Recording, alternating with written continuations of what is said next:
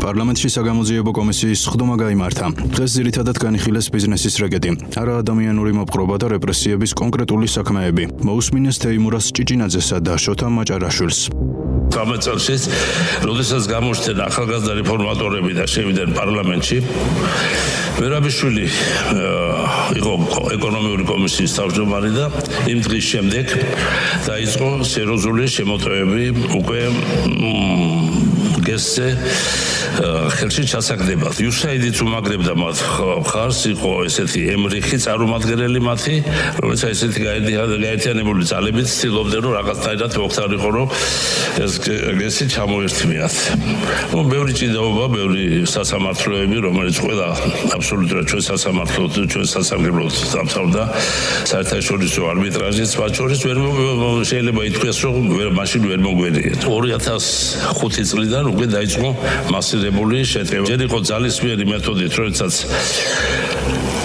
დამაკავეს მე საკრებულოს წევრი გახდეთ იმ პერიოდში. რაღაც შეთეთრელი ბრალდება იყო დამიდეს. მითხრეს, რომ უნდა დათმოთ შენი წილიო რა. უითხოვე ადვოკატი ვარ მითხრეს. უითხოვე კეძერაშვილთან შეხვედრა, კეძერაშვილი არ იყო საკრებულოს წევრი, მაგრამ იმ პერიოდში სულ მოძრაობდა და მისრომდა და ისიც დაიმალა.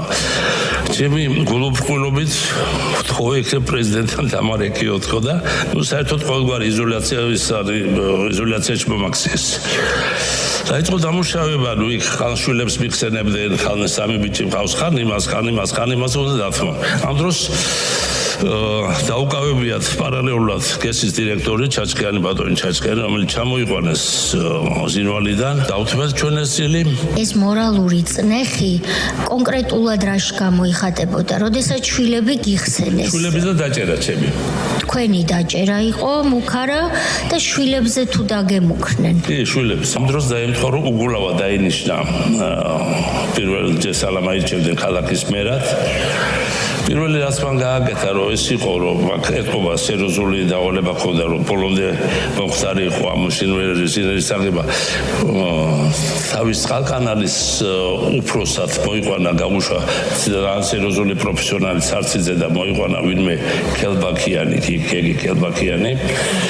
და რაც საინტერესოა, რომ იურიდიული კომპანია გვემსახურებოდა კალდონცია ჩვენ ესეთი კომპანია იყო, რომელიც იურისტები მერე გამოიყანა უგულავამ, ერთი წაიყვანა თავისთან ქონების სამართლოს უფროსად და მეორე კიდე გამოგუშვა სამართალდამცავ საბჭოს თავმჯდომარედ ჩვენ საბჭოს წევრად.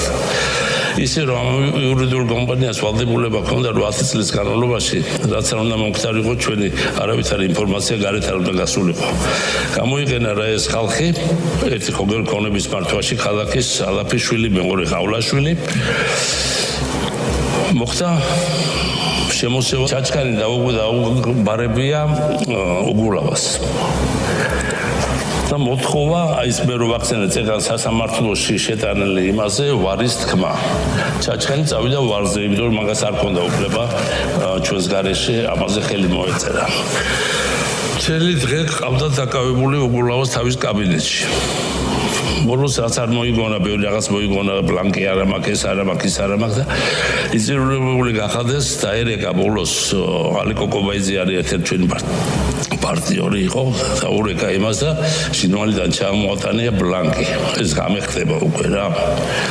და იზოლების წესით მაგასაც ვეღარ მოაწერეს ხელი, რომ ვარსიძე იძახდა ამ სასამართლო პროცესზე, რომლის იმედი ჩვენ გქონდა, რომ აი ამითი უკვე უნდა რაღაც აღვედგინა რაღაც პოზიციები და მოაწერეს ხელი და ეს იყო ეს. მათი მიზანი რაც იყო, რომ გაიკოტრებიათ კომპანია და გაიოქმებიათ, რომ მე არავითარი პრეტენზიის გამოყენების უფლება რაღაცა არ ქონოდა.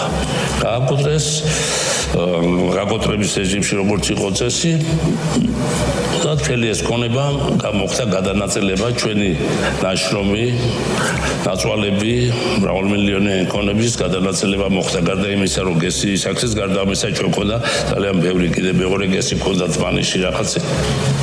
ყველაფერი გადაინაწილა ამ ჯგუფმა. თავარი მათი ამოცანა იყო, რომ წყლის ტარიფი უნდა გაეჯვირებიათ, რასაც ჩვენ პირობებში ვერ ახერხებდნენ, იმიტომ რომ დაბალი იყო ენერგიის ტარიფი, წყალი უფასო ვერაფრით ვერ ახერხებდნენ.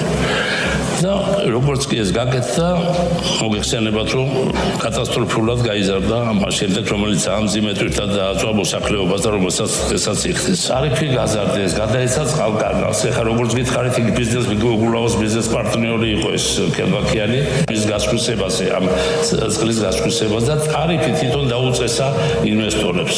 როდესაც ხელისუფლება შეიცვალა. თქვენ არ ქონიათ მცდელობა რომ დაუშვათ ამ თქვენი უფლებების აღდგენა მოგეთხოვათ სასამართლო წესით. როგორც კი შეიცვალა ხელისუფლება, ჩვენ დაგვიბარეს რატომღაც ჩვენი ინიციატივის გარეშე დაგვაწერიეს ეს განცხადება და ფინანსურმა პოლიციამ დაიწყო მოძიება 2012 წელს. და დღემდე ეს ჩვენი საქმე ეს პროკურატურაში და ყოველ წელს ჩვენ რომ მიმართავთ როგორ არის საქმე მიმდინარეობს ძიება.